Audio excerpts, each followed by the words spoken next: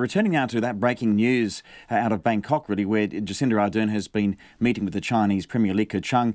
They've struck a long-awaited upgrade to the free trade deal. Now, it includes rules to make exporting to China cheaper and easier, the highest level of commitment to environmental standards China's made in any free trade deal, and they'll give the vast majority of wood and paper trade going to China preferential access over the next 10 years. So that announcement made at the East Asia Summit, at that meeting between the Chinese and New Zealand leaders. Our political editor, Jane Patterson, is there and joins us now.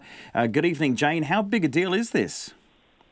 Look, this is a big deal. New Zealand has been working towards this upgrade for the last 3 years, and it was always sort of on the table since that original FTA was signed with China in 2008. Now, the main benefits for New Zealand exporters are it's just going to be easier to get fresh product like seafood, for example, over the border. And the Agriculture Minister, Damien O'Connor, mentioned that having consistency at different ports around China would make a huge difference. Now, also environmental considerations. The government said it's the highest level of commitment that China's given in any FTA. And also one sector that's really been looking at this very keenly is the forestry sector. Tariffs had been reduced on raw product, but value-added product, processed wood here had been exempt. So this agreement will cover most of those products, but it will come in over the next 10 years. Now, no change for dairy. The government's view was that they'd got a pretty good deal that comes into force eventually by 2025. That was basically left off the table in these talks. Now, there's always a quid pro quo in these deals, so what do we owe the Chinese? That's right. A lot of commentary around this was actually we have very little to offer China in terms of opening any trade because we are such a liberalised trading nation. So the quid pro quo in this is for visa allocations for jobs that Chinese nationals come to New Zealand to do under the FTA.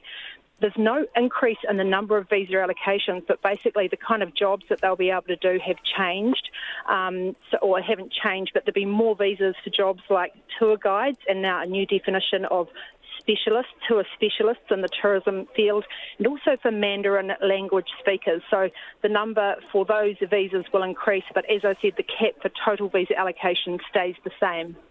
Right. What else is happening at the summit there, Jane? What can we look forward to the next day or so? So it's still mid-morning here, and we have another full afternoon of events before the Prime Minister jumps on a plane and flies back later tonight.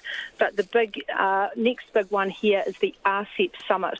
Now, that's the big regional comprehensive trade deal, and if concluded, it would cover about half the world's population. It's a big deal, and that too has taken years and years and years, and there's been very little progress. A faint glimmer of optimism, I might say, from Ms Ardern and Damien O'Connor today. India has been the country holding out. The other countries have apparently reached a consensus on it, but there may be some announcement